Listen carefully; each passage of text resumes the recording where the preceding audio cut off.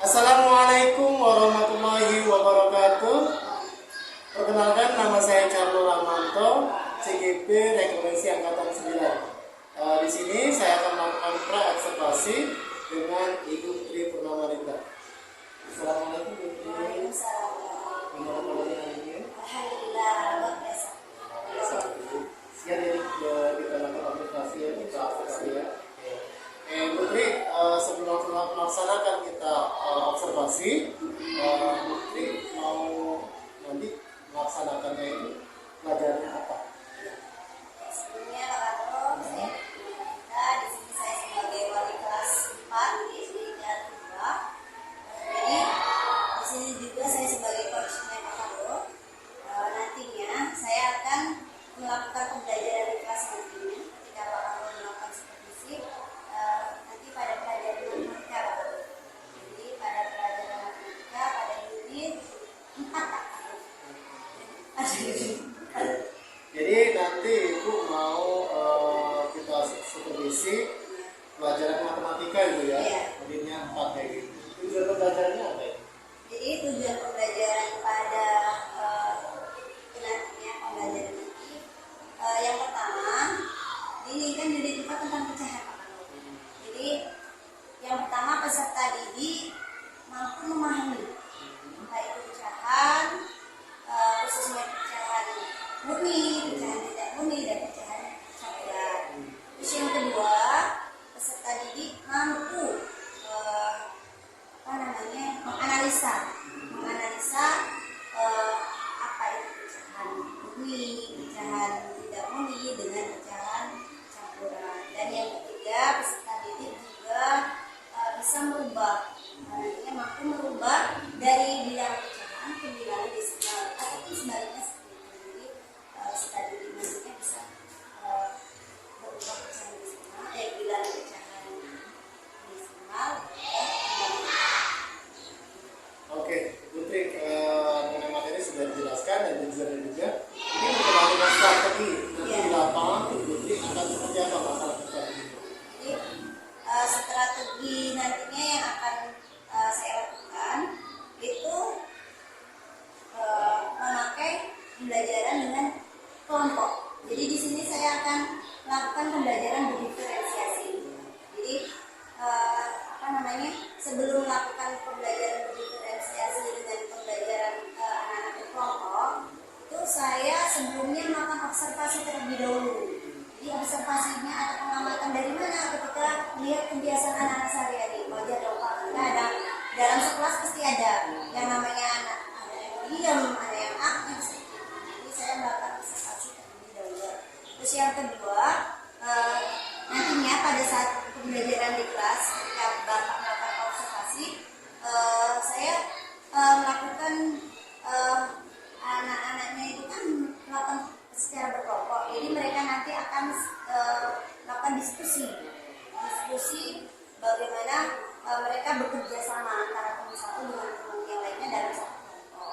Terus yang ketiga, strategi yang nantinya yang akan saya lakukan atau yang akan saya persiapkan nanti, penyesuaian antara bahan ajar itu kan harus ada. Jadi bahan ajar dengan gaya belajar murid itu namanya berkelompok kan, ada gaya belajar anaknya yang seperti apa. Jadi ada anak yang mungkin visual gaya belajarnya, yang audit, atau mungkin yang kinestetik gitu. Oke.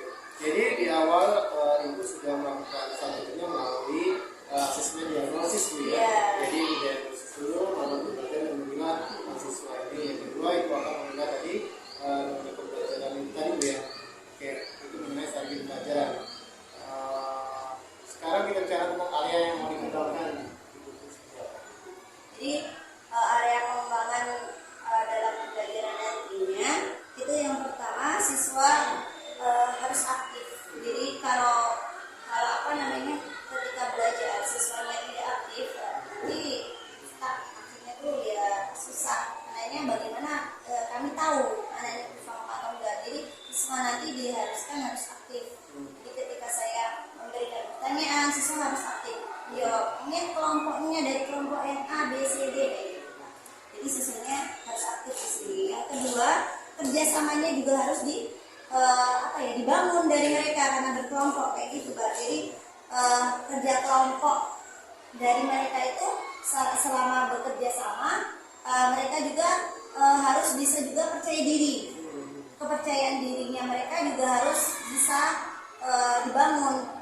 Jadi mereka harus, oh saya yakin nih, gini Ustazah, jawabannya ini. Kenapa kok bisa seperti itu? Harus bisa memberikan alasan yang tepat. Jadi yang pertama harus aktif, yang kedua harus percaya diri dalam berkelompok dan bekerja sama tersebut. Yang ketiga di sini juga siswanya diharuskan juga harus kegiatan pembelajaran ini selain berdiferensiasi harus disesuaikan dengan konten pembelajaran diferensiasi kontennya tadi dengan prosesnya.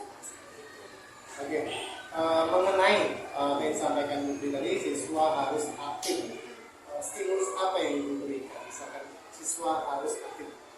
Ya, jadi anak-anak itu kan suka juga dengan game-game. Ya, permainan. Jadi mereka ketika dilihat nih, mungkin ini mereka udah mulai bosan ketika kita mengajar, ataupun kita menjelaskan mulai bosan. Nah, mulai itu seperti itu, maka ketika itu saya melakukan SDP mungkin ataupun game-game yang menuju ke pembelajaran saat itu, seperti itu Pak. Kayak misalnya nih, misalnya tentang pecahan. Jadi siapa yang bisa mengerjakan ini, kita mungkin nanti bisa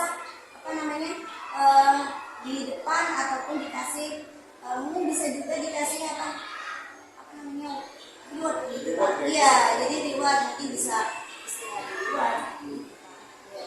Berarti sudah ada mengantisipasi ketika dia untuk membuat sesuatu itu speaking ya. Mengenai diferensiasi tadi kita akan ulik sebentar aja. Itu diferensiasi dari konten, produk atau proses itu. Jadi kalau yang prosesnya diferensiasi proses ya ketika anaknya lagi melakukan kerja sama sendiri di kelompoknya masing-masing. Kontennya ya mereka itu memahami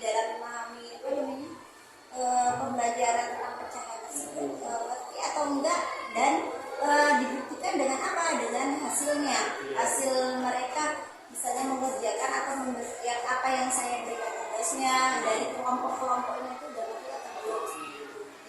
Jadi nantinya siswanya menyampaikan dari kelompok, misalnya kelompok 1 menyampaikan ke depan, memberikan alasan dan jawaban yang tepat dari apa yang sudah yang saya tugaskan tersebut. Jadi mereka harus percaya diri ketika menyampaikan hasil dari kelompoknya tersebut. Dan prosesnya ya ketika pas saat berdiskusi. Produknya di sini hasilnya itu ya hasil dari mereka berkelompok. Jadi itu hanya yang di strategi apa yang akan beri ya. Ada lagi yang mau ditambahkan?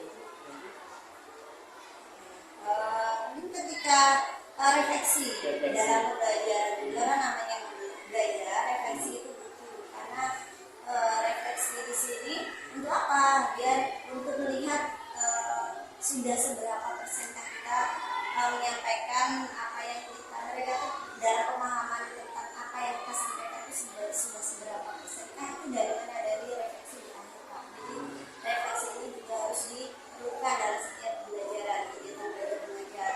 Refleksinya di sini mungkin dari beberapa tugas ataupun dari beberapa yang sudah saya sampaikan itu saya refleksikan sudah sampai berapa saya merefleksikan diri sendiri. Baik, Putri, terima kasih. Kita sudah melaksanakan observasi, jadi kita sudah bisa menambahkan. Nanti kita melakukan supervisinya kapan? Besok atau kapan? Kayaknya lebih cepat ya. Besok ya jadwalnya. Ada pelajaran matematika juga Pak, insya Allah besok. Baik, terima kasih Putri atas waktunya disediakan. Jadi besok kita akan melaksanakan supervisi. Terima kasih Putri ya. Assalamualaikum. Waalaikumsalam.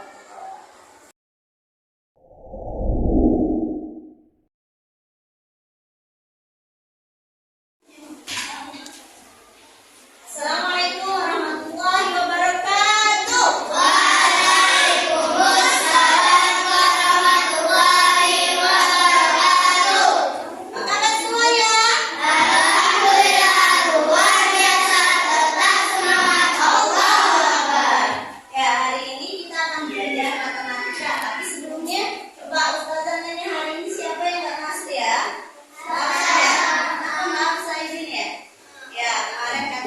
saya